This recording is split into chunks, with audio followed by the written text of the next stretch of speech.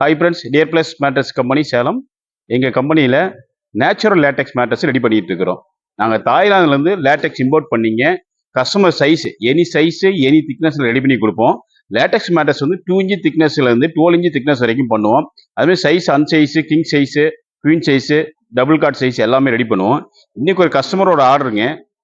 King சைஸில் ஒரு mattress 6 inch natural லேட்டெக்ஸில் ஒரு மேட்ரஸ் ரெடி பண்ணுறோம்.